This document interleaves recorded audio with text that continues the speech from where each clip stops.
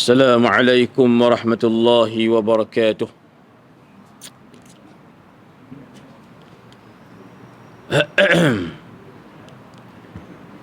الحمد لله رب العالمين، وبه نستعين على أمور الدنيا والدين،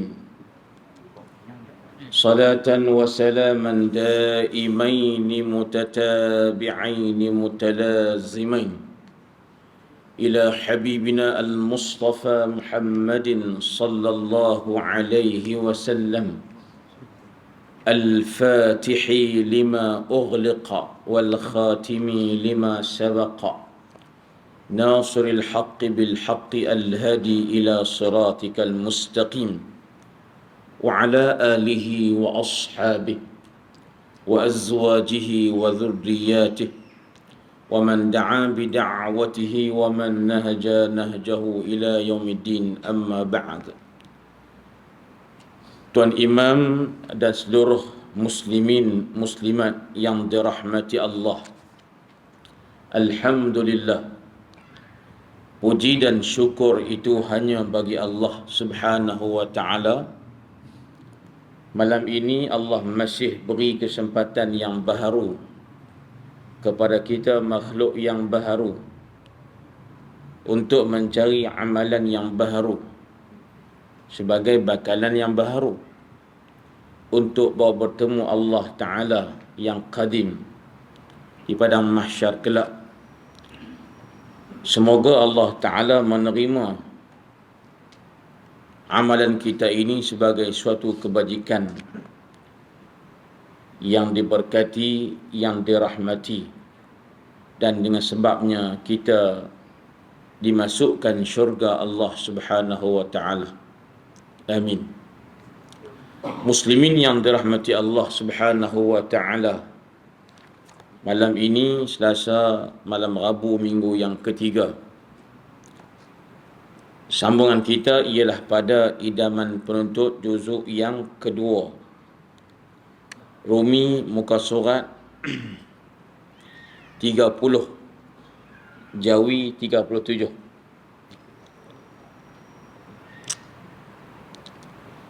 Tuan-tuan, insyaAllah kita akan baca kitab kita dahulu sebagai slot pertama dan sedikit perkongsian isu semasa pada slot yang kedua.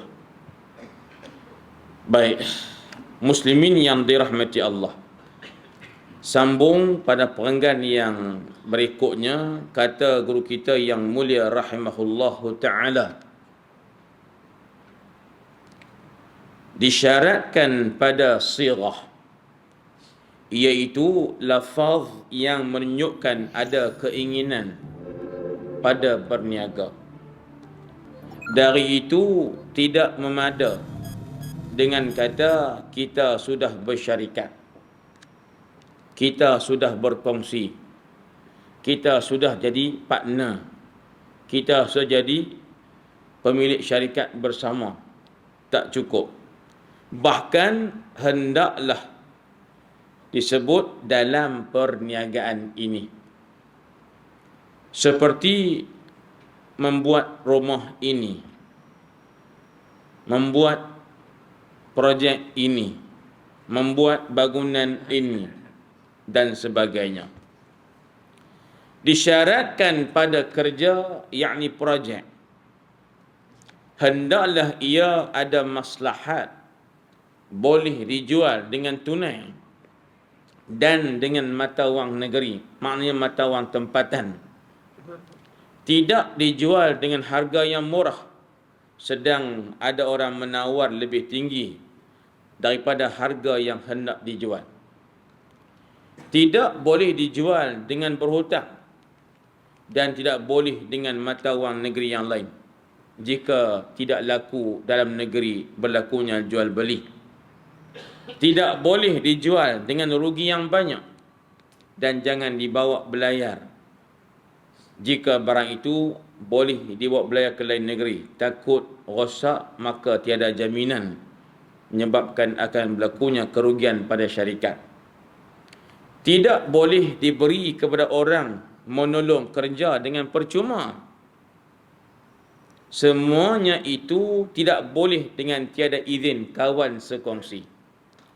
Muslimin yang dirahmati Allah, malam ni perbahasan kita lanjut tentang syarikat Anan. Syarikat yang satu-satunya yang dihalalkan oleh syarak. Kerana inilah suatu tentuan. Konsep syarikat yang menepati kehendak agama dari sudut perkongsian modal. Secara rawak, tapi dalam jumlah yang tetap, dengan peratus yang tetap oleh dua pihak yang berkongsi, dan untung juga berkongsi serta juga rugi pun berkongsi. Itu yang dikatakan syarikat Anan.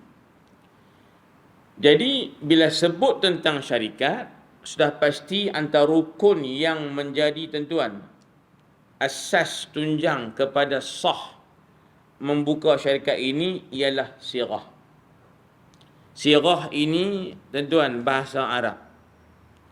Jadi maknanya yang biasa kita sebut dalam cakapan kita ialah akad. Ain qaf dal, aqdun. Jadi akad itu tentuan adalah bermaksud kontrak. Kontrak ini tentuan ialah suatu lafaz yang mengikat antara dua pihak dalam sesuatu urusan. Kalau dalam bab syarikat, sirah itu ialah baik-baik kata yang akan mengikat pertalian antara dua orang dalam syarikat tersebut sebagai rakan kongsi. Maka sirah ini tak dapat tidak tuan-tuan, mesti dilakukan. Kalau tidak ada sirah, kalau tidak ada akad, tidak ada lafaz kontrak antara dua yang berkongsi, maka tidak sah tuan-tuan syarikat tersebut. Pasal apa? Dia akan mengundang gharar. Adanya tuan perkara-perkara yang barangkali akan ada unsur tertipu dan akan mengundang az-zulmu, kezaliman, mungkin ada yang tertindas dan sebagainya. Tuan-tuan, dan mungkin juga ada yang akan ambil kesempatan. Oleh yang demikian, perkara ini mestilah diputuskan dalam kontrak, dalam akad. Dan kita ini bila tersebut akad tu apa nama, maka kita akan nampak dua benda. Pertama ijab, yang kedua qabul. Betul ke tak? Betul tak? Ingat aku zaman nikah tu ni. Sebut akad aja, ijab qabul. Tuan-tuan, jadi ijab qabul ni dia kena ada. Pasal apa? Kalau tidak ada ijab qabul, tang mana tanda kata mereka setuju? Kalau kita berniaga seorang senang, tak terikat dengan siapa. Kita kelak duit poket kita, buat model berniaga kita, tuan, kita pergi beli barang seorang-seorang kita pulang kedai kita berniaga sendiri. Kita toke, kita salesman, kita cashier, kita accountant. Tuan, untung pun kita, pacak kepala pun kita. Seorang kita, tak kalut. Tapi bila mai ada orang lain nak jadi rakan kongsi, mesti ada ikatan. Supaya kita dengan dia ni adalah badan yang sama. Kita dengan dia ni dianggap tubuh yang sama. Pasal apa? Ini syarikat kita bersama. Maka untuk ambil komitmen tu, nak ambil keterikatan itu antara dua pihak yang bersyarikat ni, mesti ada ijab qabul. Ijab maknanya semawa. Qabul maknanya setuju. Faham kan? Ijab ni maknanya tawaran. Tuan-tuan, qabul tu makna apa? Terima tawaran tadi. Jadi itu yang mesti kena ada sebagai rukun. Lalu dia pun bertanya, bila sebut akad ni, mesti suatu kontrak yang jelas terhadap bentuk syarikat yang nak dijalankan. Tak boleh umum. Tak boleh kabur. Tak boleh tuan terlalu, orang kata apa ni, nakirah, maknanya terlalu umum sampai tak tahu apa yang mereka nak berniaga, tak tahu banyak modal, banyak mana modal yang mereka nak kongsi, tak tahu sampai untung nak bagi lagu mana, itu adalah tidak sah. Sebab tu dia kata, antara contoh ijab kabul yang tidak sah ni ialah bila dia kata kita sudah jadi rakan kongsi. Faham? Tak bincang apa pun tuan. Bismillahirrahmanirrahim. Tuan, dia kata nak ambil 1,000, kita dah jadi rakan kongsi syarikat. Gedebuk bagi 1,000. Tuan, sah tak? Jawapannya tidak sah. Pasal apa? Gharar. Awak, dia bagi 1,000, dia tok depan meja saya tu. Tiba-tiba dia kata, kita dah jadi rakan kongsi. Pertama, rakan kongsi tang mana? Syarikat apa nama? Jual apa nama? Kita dua ni, model kita, saham kita berapa peratus dalam company. Untung pula bagi lagu mana? Tak bincang. Tak sebut akad, maka itu akan jadi unsur tuan-tuan tertipu. Sebab itu dia kata, tak boleh setakat dia bagi model, sekian-sekian jumlah, kita telah jadi rakan kongsi. Tuan-tuan, akan jadi naya di hari kemudian. Contohlah kita tuan, memang tak ada modal. Duk cari modal. Tiba kau tuan main tok tuan. Sejumlah 100,000 atas meja. Ambil lah 100,000. Kita meniaga sekali. Dia cakap lagu tu. Kawan ni pun tuan tengah tak ada modal. Dia pun ambil terima, tak cakap banyak. Terus pergi meniaga. Agak-agak nak berkeliak. Agak-agak nak berkeliak ke depan. Tuan-tuan tak sembang apa pun. Kata aku nak pakai modal ni, nak meniaga. Duit tak ada. Modal habis. Nak rolling tak ada. Kita nak ambil 100,000. Jadi kita share dua.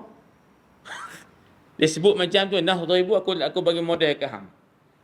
Meniaga apa pun tak tahu. Faham tak? Syarikat apa pun tak tahu. Kemudian peratus modal seorang berapa pun tak tahu. Kemudian untung bagi guna pun tak tahu. Kemudian kalau rugi tanggung banyak mana pun tak tahu seorang. Tuan, ini akan jadi unsur gharar. Maka tidak sah. Saya dapat contohnya. Berkeli tak berkeli lagu ni. Kita tak ada modal. Tuan, nak cari modal. Kawan kita main pergi tok main 100,000. Kita share dua meniaga. Dia pun yong-yong pergi tuan-tuan. Kita pun ambil duit pergi meniaga. Meniaga untung. Contoh. Mai hujung bulan, dia pun kata, bos, mana untung kita? Bagi 100,000 baru ni. Untung macam mana? Nak tanya 3,000 duit hang. Untung. Modal dalam company. 3,000 ni untung. Untuk bulan ni. Agak-agak kalau dia buat lagu tu berkeli tak? Berkeli dah. 100,000 takkan 3,000 je. Dia bunyi dah. Hang jual apa nama? Yang hang jual tu harga apa-apa? Model apa? Untung berapa? Oh, yang nampak tak habis ni. Nampak tak ni? Dia duk kira lagu tu. Berkeli tuan-tuan. Lagu ni banyak cantik dia kata. Kita bagi 100,000, untung 3,000 je. Dia banyak mana kita tak tahu. Itulah maksud bergaduh dan bertelingkah. Kerana apa? Akad lafaz kontrak itu tak jelas. Syarikat apa, meniaga apa, untung bahagi lagu mana, tuan-tuan, kalau rugi, bedak lagu mana, dan sebagainya. Tuan-tuan. Sebab tu kita nampak tuan-tuan benar ni cukup jelas pada hari ni. Maaf saya sebut tuan-tuan sekalian. Kita hari ni dalam dunia moden, tuan-tuan, dunia media sosial ni. Bab sosial pun penuh media sosial. Bab tuan-tuan, agama pun penuh media sosial. Orang buat ibadat pun tuan buat media sosial. Kita tuan-tuan bagi contoh kelas, buat kelas kita pun media sosial bagi contoh. Mengaji pun tuan atas talian, buat ibadat. Hak derma lagi-lagi tuan media sosial. Bagi je beras tapi prak kat mak anda buat Facebook. Contoh media sosial juga. Termasuk tuan-tuan bab meniaga ni. Bab meniaga tuan sekalian, lah ni banyak bukan setakat dia habaq dia meniaga. Tuan-tuan kadang-kadang dia minta modal pun, cari pemodal pun dengan media sosial juga. Klik link di bawah. Tuan-tuan, Kita pun tekan-tekan isi borang mau nombor sekian, tuan buh model lebih kurang rak pi hantar pi melabuk. Kita tak baca tuan, dia punya apa? Orang panggil apa tu? Bukan resume, syarikat orang panggil apa? Profile. Tak baca pun profil syarikat tu, pendatang apa penama, nak ibu pejabat di mana, kan meniaga apa penama. Nak hantar borang pi je contoh. Satu.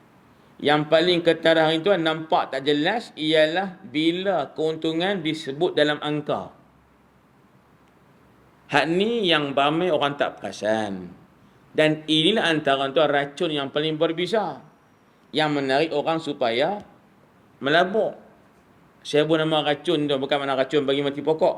Racun dengan bahasa ni racun sakan. Faham tak tu? Dia jolok sungguh nak pergi jadi. Itu makna racun hari ni. Faham tak ni? Oh, dia berkenan dah tu nak beli tu. Hampir racun sikit. Faham tak ni? Hampir racun tu bukan suruh tak dibeli. Hampir racun sikit. Supaya dia jadi lah. Tu racun dengan mana tadi tu.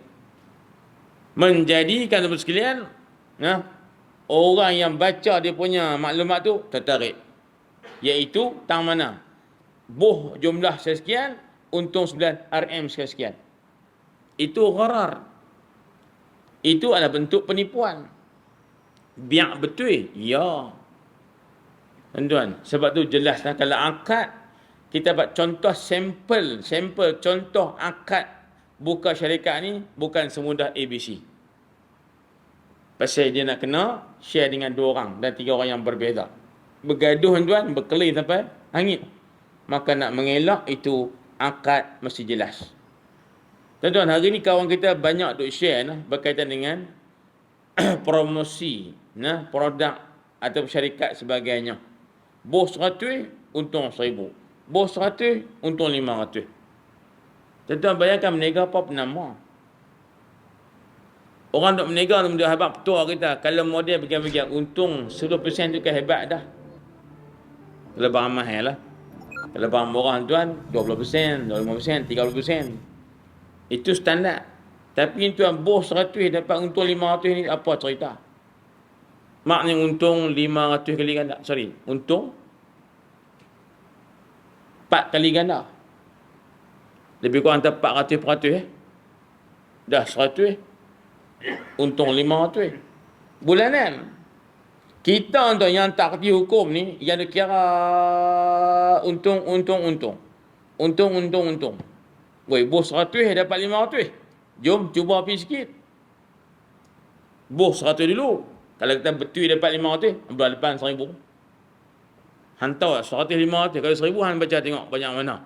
5000. Model 1000 dapat 4000. Tuan-tuan, kita tengok dalam promosi tu kan ramai yang tertipu juga.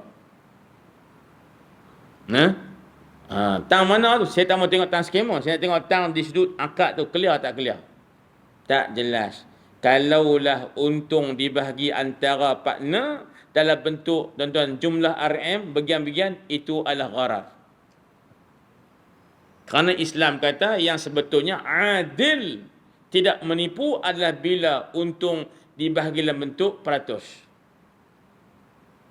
Peratus keuntungan berdasarkan peratus modal yang kita melabur.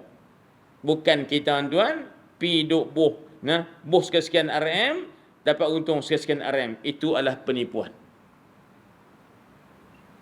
Yang tu dah banyak tuan-tuan modus operandi kebanyakan syarikat skema.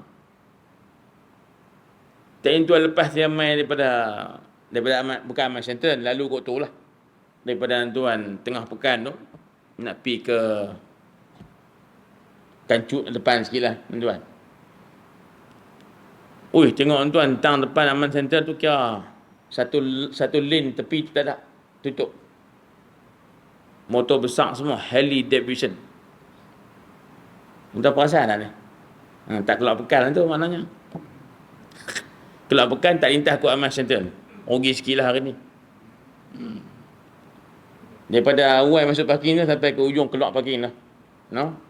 Satu lane tepi tu kira parking Harley Davidson, door line. Satu lane ni ambil lah tuan. Ada kon, ada polis jaga lah. Apa punya program? Untuk tuan-tuan, dia kata apa ni? Allahumma salli Muhammad. Dia sebut no scammer. Programnya ialah katakan tidak kepada scammer.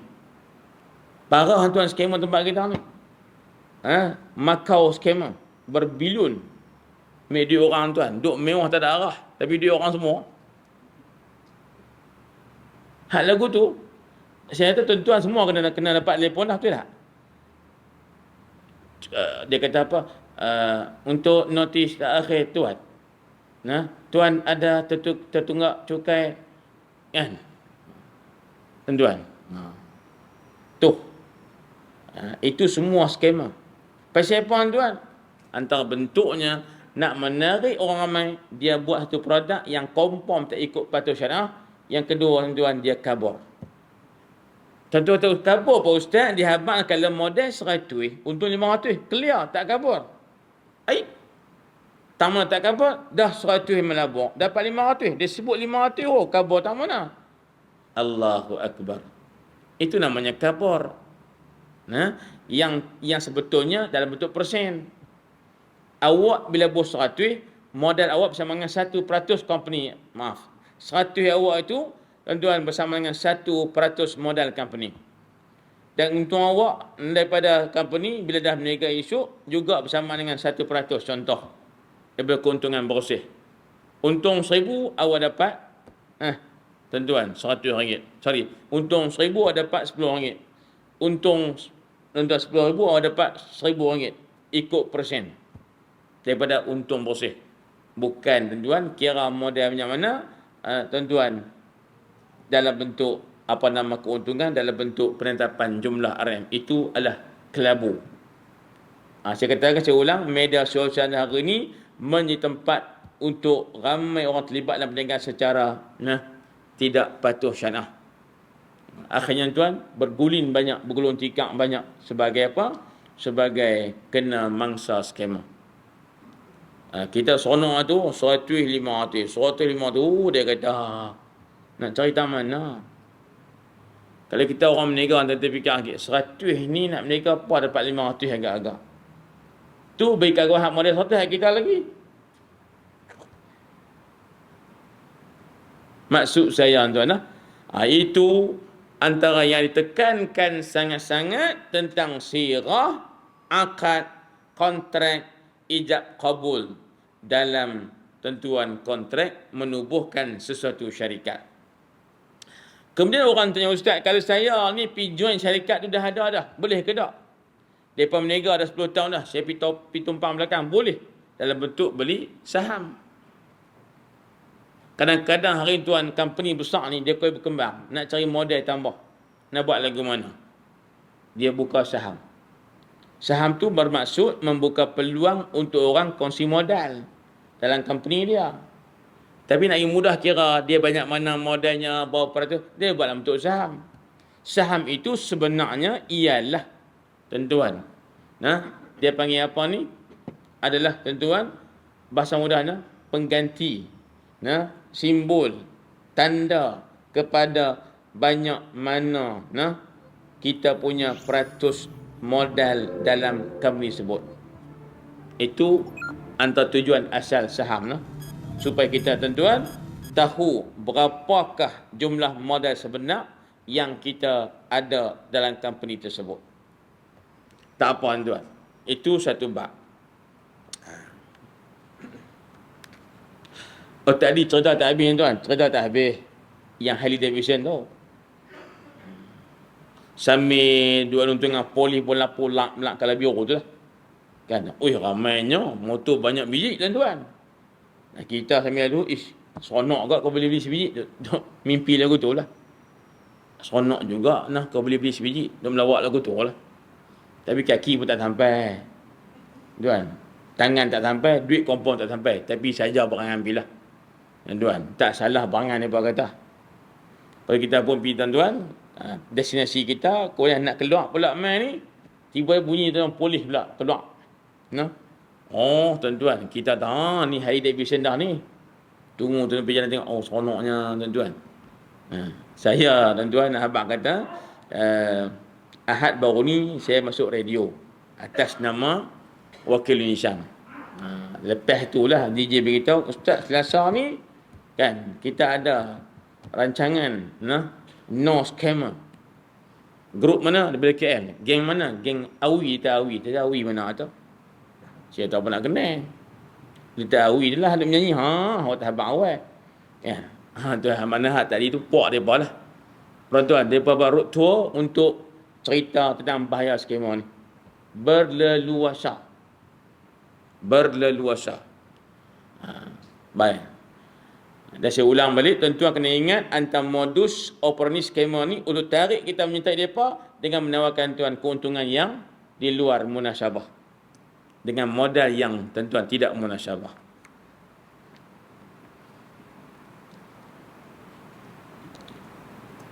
Saya pernah sebut tuan-tuan dalam masjid ni mungkin agak lama, banyak bulan juga, tentang suatu iklan yang keluar setiap kali kita kalau buka YouTube dia akan terbit Okta FX.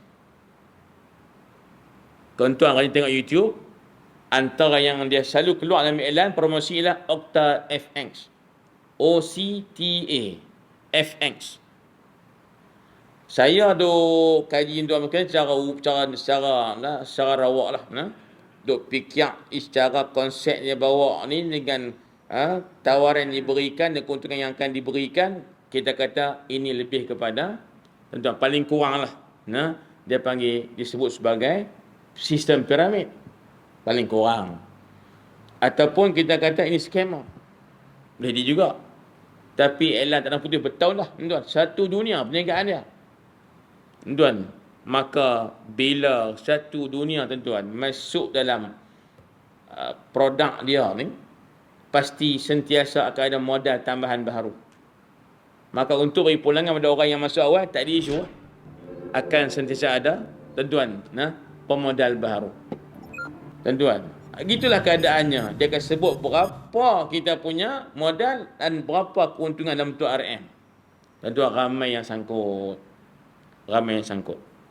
Ustaz Dr. Zahuddin Abdul Rahman bercakap benda yang lebih kurang sama lah.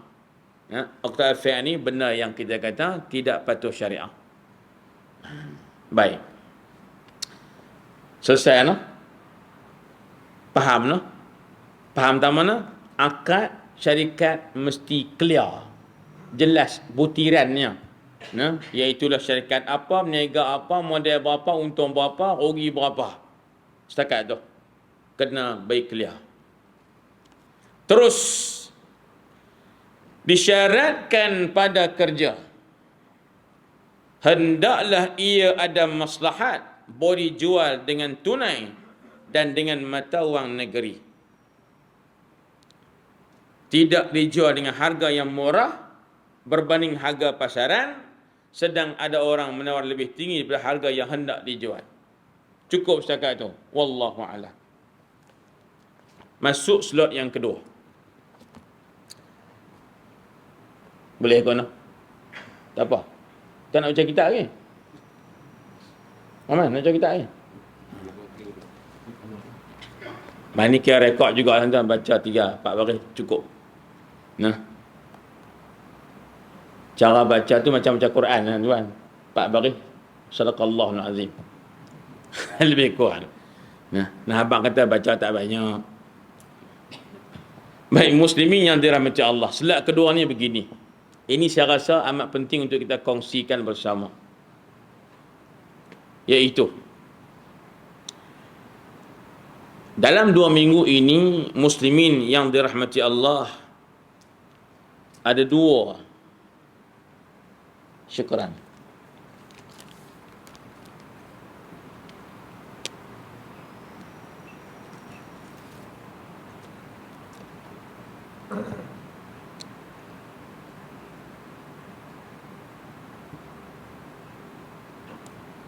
Baik. Jadi tuan-tuan sekalian, isu berkaitan dengan hina agama ni, kita kena sebut jugalah. Kita kena sebut.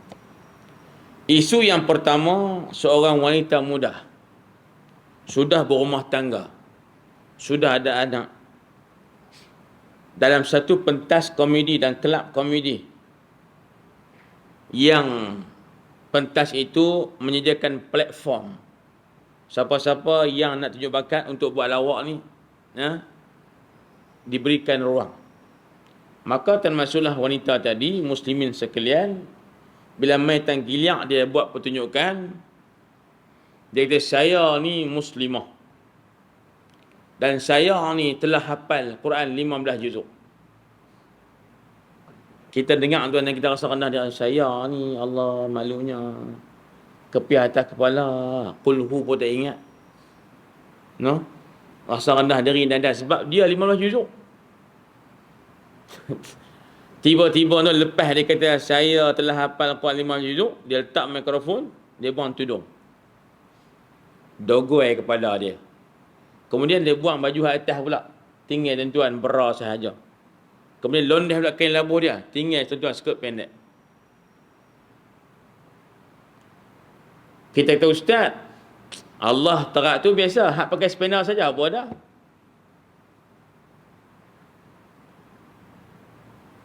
Kita kata, bukan isu tu. Tang aurat tu sepasal. Hak pakai teruk pada dia pun ada lagi.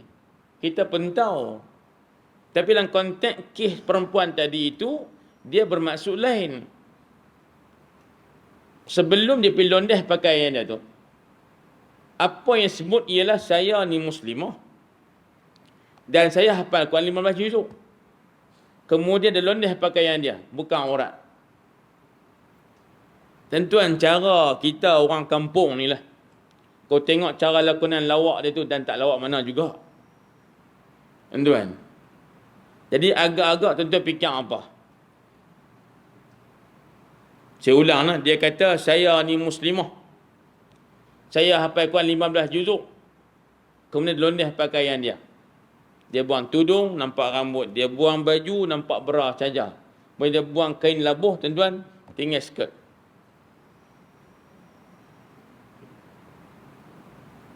Apa kaitan dia pergi londeh tu dengan hafal Quran 15 juzuk?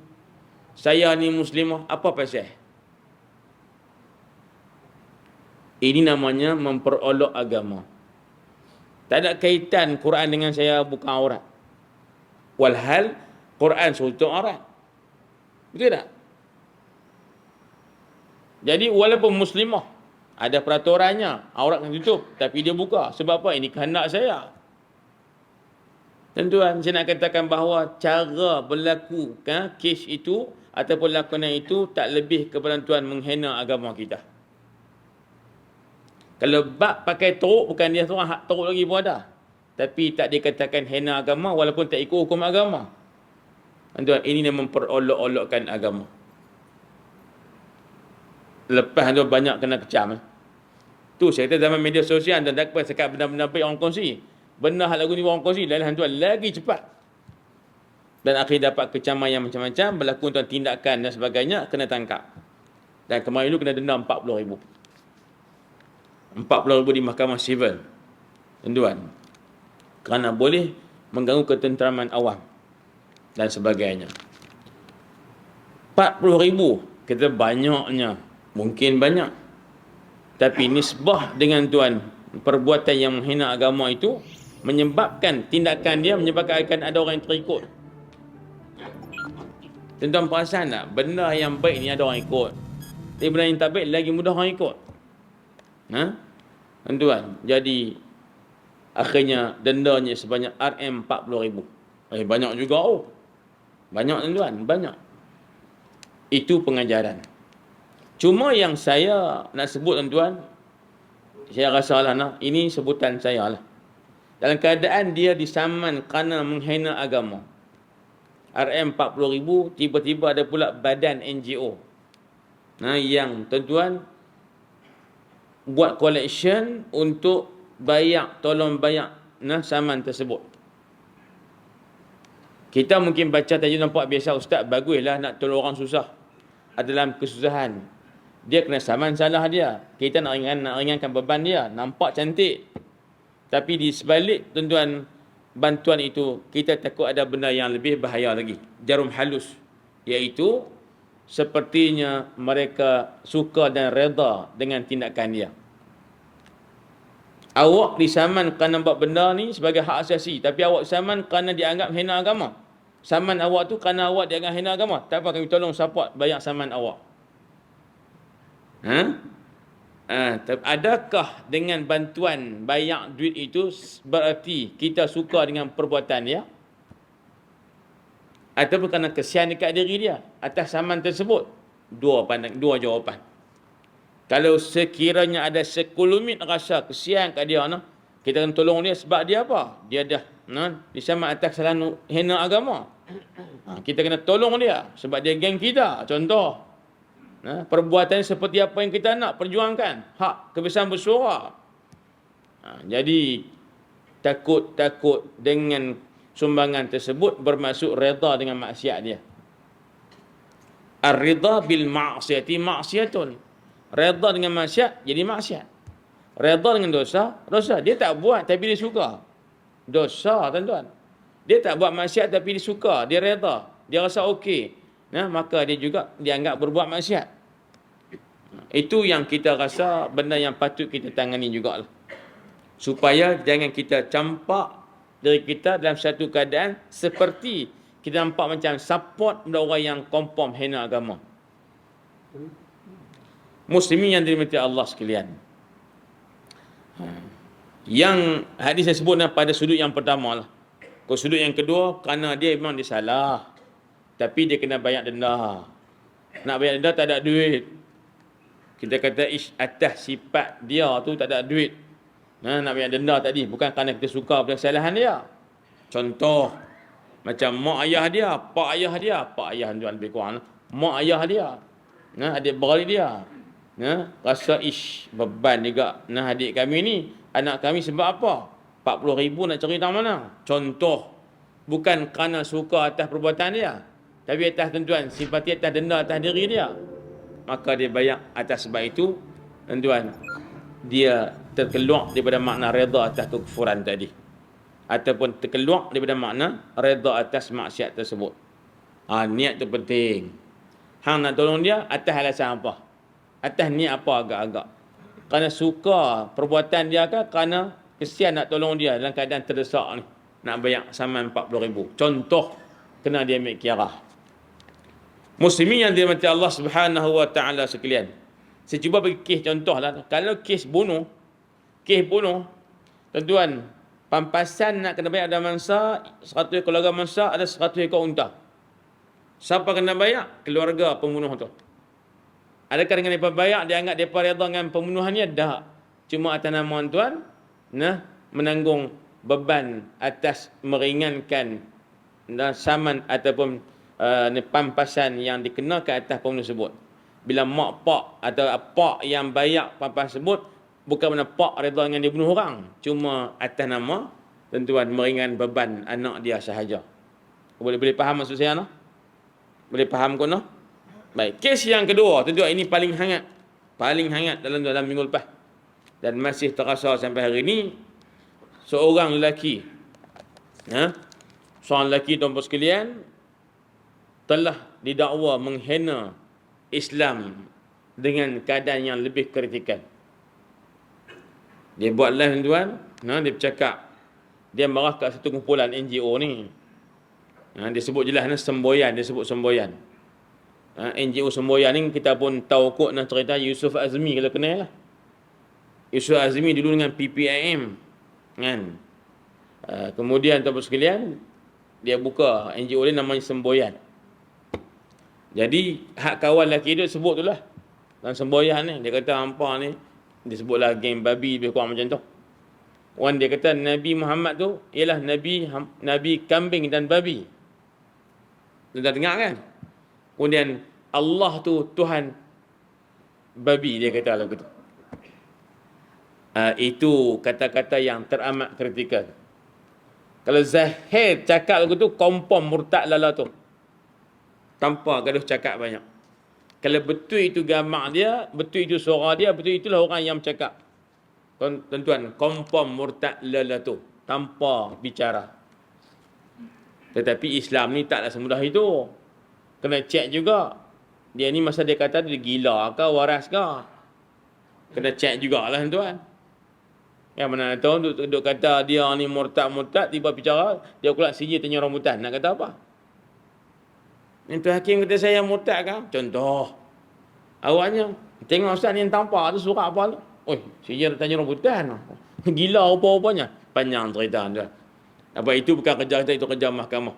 Bukan kerja kita. Tapi saya nak habaq teman sekalian, kenyataan lelaki tadi memang parah. Memang parah. Bila dia kata Nabi tu kambing babi, Allah pun dia babi. Habis meta lah. Habis meta. Tuan-tuan. Baik. Jadi telah pun tuan berlakunya bila sebut kalau berani nah jumpa saya bunuh terus. Tuan, saya ni berani mati dia kata. Tak ada syak pak tu sampai. Tengok-tengok gambar tu berdarah dah dari hidung ni. Nak habaq kata. Sampai macam-macam tu nak habaq kata nak ikut emosi ni panjang cerita. Dan akhirnya polis tangkap wapi dan lokap lah. Akhirnya tahriman 4 hari. Akan dibicarakan sehari 2 lagi lah. Atas tuduhan menghina agama. Saya nak beritahu. Pertama, dengan 2 kes ini dalam tempoh 2 minggu. Dan hari ini ada baru pula hari ni kan. Hari ini ada satu kes baru pula, hina agama. Oleh orang Islam juga. Tuan-tuan, kita melihat bahawa keadaan kita ni agak parah dan makin jauh dan kepahaman kita terhadap agama kita sendiri. Mungkin kita kata kita tak apa kot sebab kita rajin main masjid. Alhamdulillah. Mungkin tak apa kot kami ni sebab apa? Duk mengaji sedia, kuliah maghrib, bodoh main lena tak kira lah. Ustaz yang tak lena ni, kalau lena juga payah. Kan? Saya pun mengantuk juga pergi agak tahan mata lah. Mengantuk ni. Mengantuk. Letih juga pergi tahan mata. Takut baca pergi kot lain. Tak apalah saya nak abang kata, okeylah ustaz sebab kami ni duk pergi mengaji juga, tahan kira tahu sepatah dua agama. Alhamdulillah. Tapi saya nak beritahu, tuan-tuan, ramai lagi luar sana, tuan, maaf sebut. Tak tahu tentang perkara agama. Itu fitnah atas agama kita.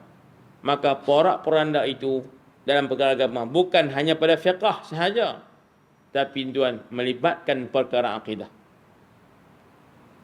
Dengan apa yang berlaku tuan, 2 kes tersebut dalam masa 2 minggu ni, kata Allahu Akbar. Bukan angka yang sedikit.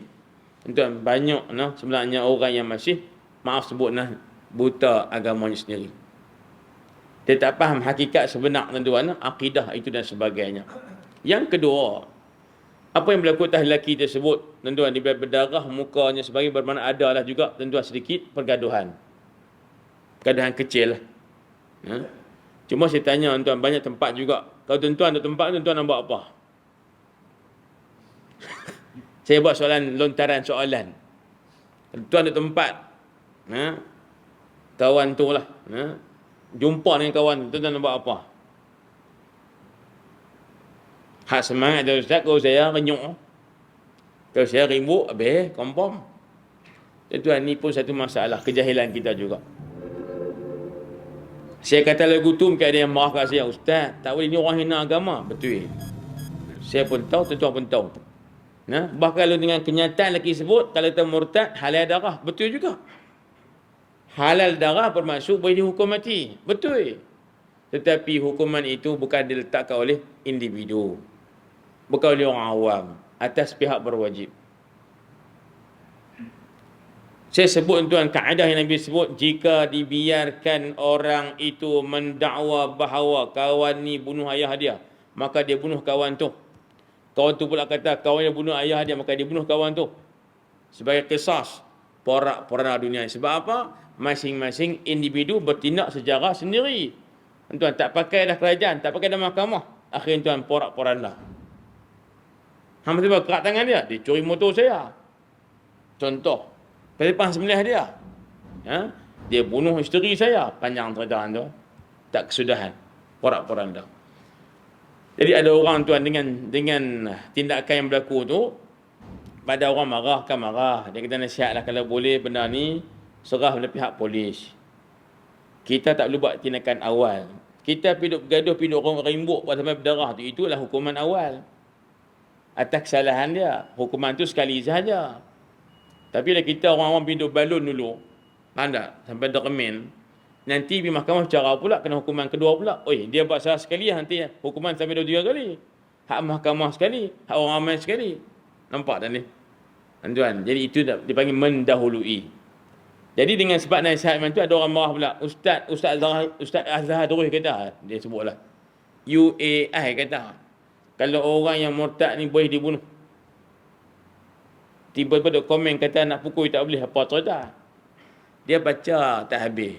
Dengar ceramah ustaz pun tak habis. Memang hukuman murtad ni hukum mati. Itu ketetapan agama. Orang murtad hukumannya mati. Betul tuan-tuan. Itu hukum yang permanent, tetap, mandatori. Tetapi yang jalankan hukuman itu ialah pihak kerajaan. Pihak berwajib. Yang diturunkan kuasa pada mahkamah. Tok hakim buat keputusan. Bukan individu. Faham lagi tak? Itu maksudnya. Muslimin yang dirahmati Allah Subhanahu Wa Taala sekalian. Bila saya tanya soalan tadi, kalau tuan-tuan tempat jumpa kawan tu, tuan-tuan buat apa tuan? Ada yang kata, kalau ustaz saya, dia buat lagu tu. Dia kemas lagi. Saya duk cerita aku nak pergi pedor dia, rupanya kau kemas lagi. Kita duk ceritakan cara tak boleh, cara individu ni kena berikan kajian bertindak buat hukuman. Kokok dia faham, tanya pula, lagu mana? Oh, kalau saya tak boleh ustaz. Saya remuk lagi. Tak faham juga. Dukkan semangat dia tuan. Panjang cerita lah. Jadi gini, tuan-tuan mungkin, saya sebut tuan mungkin rasa, biar betul ustaz. Dia tu dah murtad tu, betul? Betul. Tapi biar pihak berwajib buat urusan itu. Habis semangat sangat, kita atas nama tuan-tuan, nak tahu keadaan sebenar, marah ke dia, kita pergi jumpa dia, bagi nasihat. Betul kan hang kata? Hang kata dengan maksud apa? Ni nasihat tak boleh kata lagu tu. Hang kena bertobat segera, mengucap balik. Contoh. Dah mengaku hang buat. Tak boleh biar sebab takut orang lain ikut pula. Jom pergi balai polis. Telefon polis main. Atau kita hang kira lah. Pegang takut dia lari. Okeylah lagu tuan-tuan. Supaya apa? Untuk sebagai pengajaran pada orang ramai. Itu yang kedua. Tentang kes tuan-tuan. Lelaki yang tersebut. Tuan-tuan, jadi kita rasa dengan apa yang berlaku ni, Allahu Akbar. Bahawasanya kita masih perlu tuan perbanyakkan menyampaikan dakwah ataupun risalah Islam kita ni supaya semua orang pakai tahu. Kita sendiri, keluarga kita, anak-anak kita, dan pasangan kita, adik-beradik kita dan sebagainya. Dan sebagainya. Baik. Itu isu yang pertama dalam slot yang kedua. Ada sahabat bertanya tuan, sebagai penutup majlis kita malam ni, soalannya ialah bila sebut tentang media sosial tadi, selalu juga orang buat infak bayak di masjid.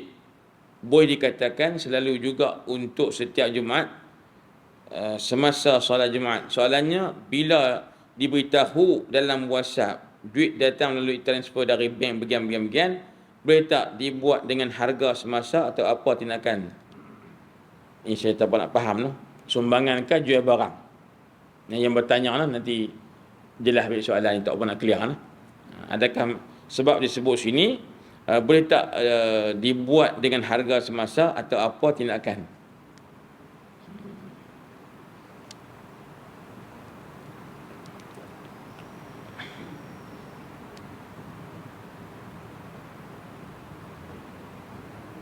Infak burger. Infak burger. Gitu. Baik. Saya ulang infak burger di masjid. Jadi setiap masjid selepas semuanya akan diedarlah burger tersebut. Itu maksudnya.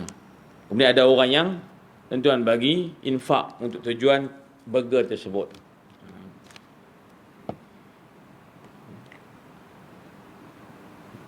Dia setengah tuan tempat ataupun program ini disebut sebagai kongsi makan dulu ni. Ingat tak dulu dalam TV dia kongsi makan, ingat ke tak? Dia buat satu program kongsi makan. Mereka sediakan makanan bungkus ke apakah, hantar atau beri kepada siapa-siapa. Target 100 orang ke 10 orang sebagai contoh.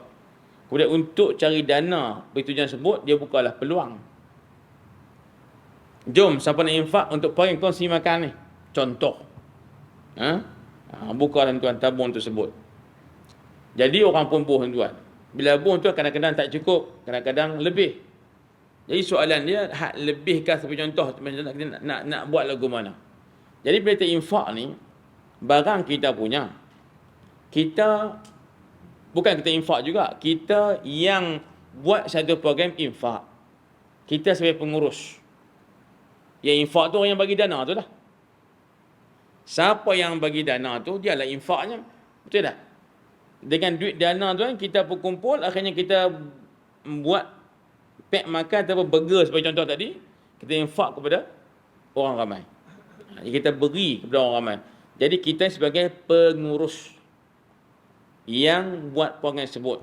Jadi maksud lagi, dengan dana tersebut, kita ni, barang yang kita nak beri kepada orang ramai tu, adakah boleh kita letak dengan rate harga semasa ataupun harga yang lebih bawah atau harga lebih tinggi? Itu bab berniaga pula. Bagi saya, tang infak. Tapi kalau nak beri barang pun, barang tu tetap diberi dengan harga semasa. Faham kau no? Contoh tuan-tuan, saya tukar sikit contoh nah. Kita nak bagi beras pada anak qaryah kita. 100 orang. 100 kampit. Masjid buat pengumuman. Okay, siapa nak infak beras untuk anak qaryah 100 orang? Bolehlah berbuat demikian. Ada yang transfer tuan dengan online, ada yang bagi cash, yang buat campur, yang bagi cek macam-macam. Kutip-kutip cukup beli beras 100 kampit tadi. Kita dengan duit tersebut, bila kita nak beli beras, kita tetap beli dengan harga market. Itu hak orang berniaga lah. Kalau kita kata ni, saya sekarang dah kumpul duit orang ramai untuk infak beras ke anak qaryah kita. So nak beli beras dengan awak, dengan syarat awak kena jual murah pada harga market. Itu panjang cerita lah tuan. Kita hanya pengurus buat infak, bukan duit kita pun. Ambil barang pula kedai lain, bukan kedai kita pun. Contoh, tiba-tiba tuan nak pergi menyebabkan kau tu ada kerugian pada harga market. Jadi kita rasa itu benar mungkin yang tak patut. Haknya barang yang kita nak bagi infak pada program infak tadi boleh dijual dengan harga semasa. Cuma kita bertimbang rasa kerana orang pun infak duit mereka, kita pun nak kurang sikit harga atas dengan ihsan kita. Dia panggil sedekah sir. Sedekah yang sir. Dengan maksud harga kita bagi tu kurang sikit pada harga market. Sebab apa? Kita pun nak tumpang pahala infak juga. Oleh kerana dia panggil apa, kuantiti tu banyak, kita kata untung borong tu lah tuan. Sebab kita jual banyak. Itu saya rasa pakai infak. Apapun, bukan syarat barang yang diinfak mesti dijual dengan harga bawah pada harga market. Jangan buat tuan, nanya kaum berniaga. Boleh? Tuan baru ni 2 minggu lepas di Baling, tuan-tuan pentau, banjir besar. Dia pergi kepala ayak juga. Hari itu Dian, ni di Baling. Tempat yang paling tentu awal berlaku di Kampung Ibui itulah. Kampung Ibui. Rumah yang hilang terus, tuan-tuan, 5 buah. Termasuk rumah yang 3 orang meninggal dunia tu. Menantu dan mak mentua dan anak dia seorang. Tuan-tuan.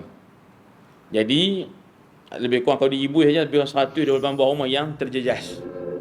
Walaupun yang tuan-tuan, yang lain tak hilang terus, tapi tetap kena repair. Tak apalah tuan, saya nak cerita apa? Infak ni tuan, turun macam-macam. Kira masa hari pertama, 2, 3, sampai seminggu tu, kira depan rumah saya tu, kira kereta tuan, kira macam orang kata jam jugalah. Ramai tuan NGO pakat turun bagi bantuan. Termasuk semua pihak lah. Pihak kerajaan, individu, NGO dan macam-macam. Hak kerajaan pun macam-macam. Bomba, polis, ambulan. Tuan-tuan, akhirnya macam tu. Kampung saya pun terlibat dengan banjir itu juga. Kampung Pisang. Dekah siapa yang duduk tepi sungai tu, tuan kena belakang lah hadap kata. Sampai Kupang tu. Tapi saya tak termasuk dalam list. Tuan, hak dapat bantuan lah.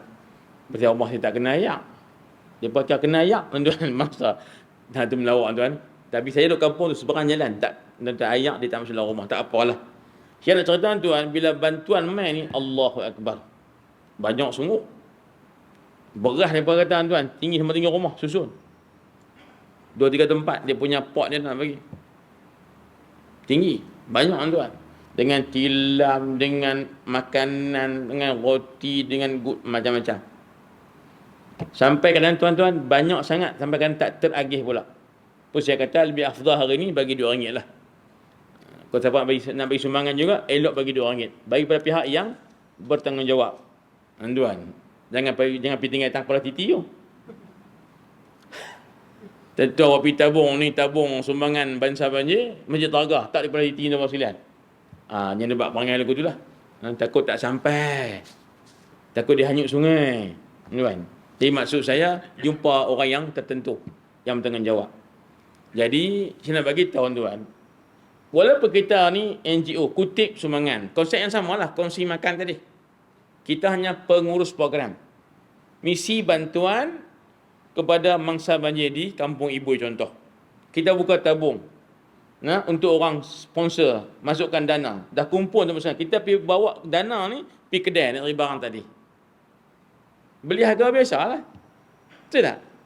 Tak boleh kita buat alasan, Tuhan kami ni untuk tujuan bagi bantuan kepada mangsa banjir. Jadi beras tuan ni minta kurang sikit. Dia kata saya menega. Menega tak menega pun ni bantuan. Kalau tuan kedai dia kata hampa je dapat 30%, takkan saya tak ambil untung sikit. Kalau dia konak je nak jawab kita. Kalau dia konak balik, hampa dia kena kurang harga kami. Hampa yang jauh kutip pun ada ambil persen juga kan. Contohlah untuk jam pengurusan. Dan inilah kita pakat ambil hak masing-masing. Boleh tuan-tuan. Tak boleh kata kawan hak meninggal tu zalim. Hang ni orang nak infak makanan orang miskin, orang yang perlu pun barang tak turun harga langsung. Hak dia. Tuan, hak dia. Bagi saya yang tuan tanya tu, itu adalah tidak mengapa. Kita jual barang infak dengan harga market. Kalau kita tumpang infak juga, potong harga sikit. Jangan sampai tahap kita ni rugi gulung tikar. Kita nak ambil juga tuan pahala sedekah sir infak tersebut. Orang lain infak duit, kita tolong proses duit tu untuk jadi barang infak tersebut. Tidak mengapa. Itu disebut sebagai amal mulia. Saya ingat banyak juga hari ni orang buat yang demikian. Saya baru ni pergi satu masjid tuan. Lepas keluar Jumaat tu, main 4x4 parking lah. Lepas tu yang tuan tu keluar awal sikit, dia buka kelambu lah, 4x4 belakang tu. Kelambu ke orang panggil? Kiaci lah no. Kelambu. Pisang tuan. Pisang. Satu apa nama tu? Satu apa nama ponggek. Orang panggil ponggek lah. Kabin lah.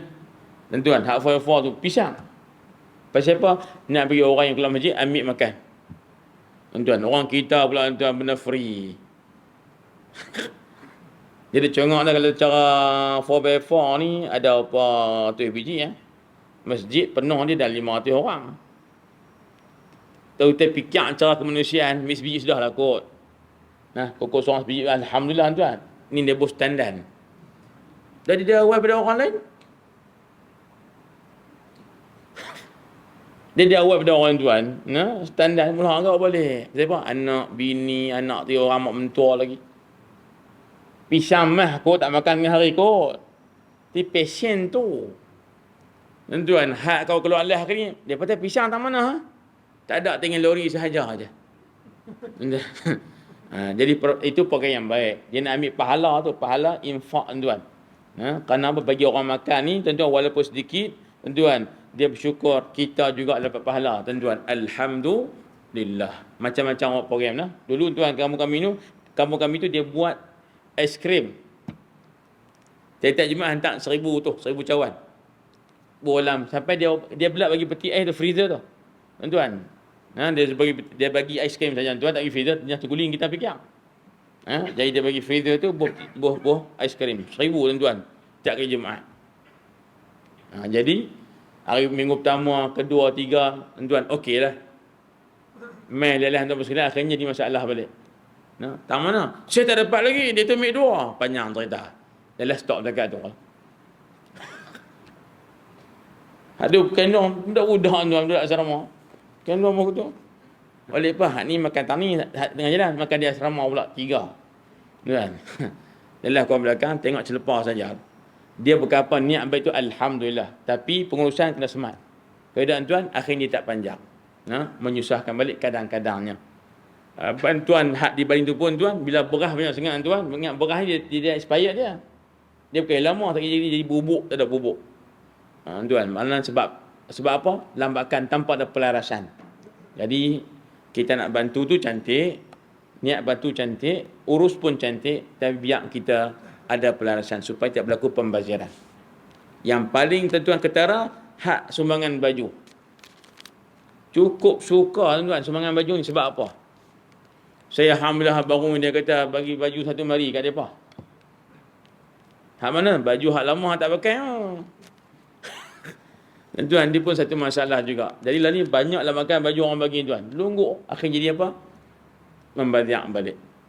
Dia nak bagi beri hak baru tu. Hak lama tak apa. Pergi basuh, striker, bola plastik, boseh di luar tu. Yang orang tengok, oh saya SL. Tak badan saya ni double, contohlah, triple SL. Tuan baru betul cara dia.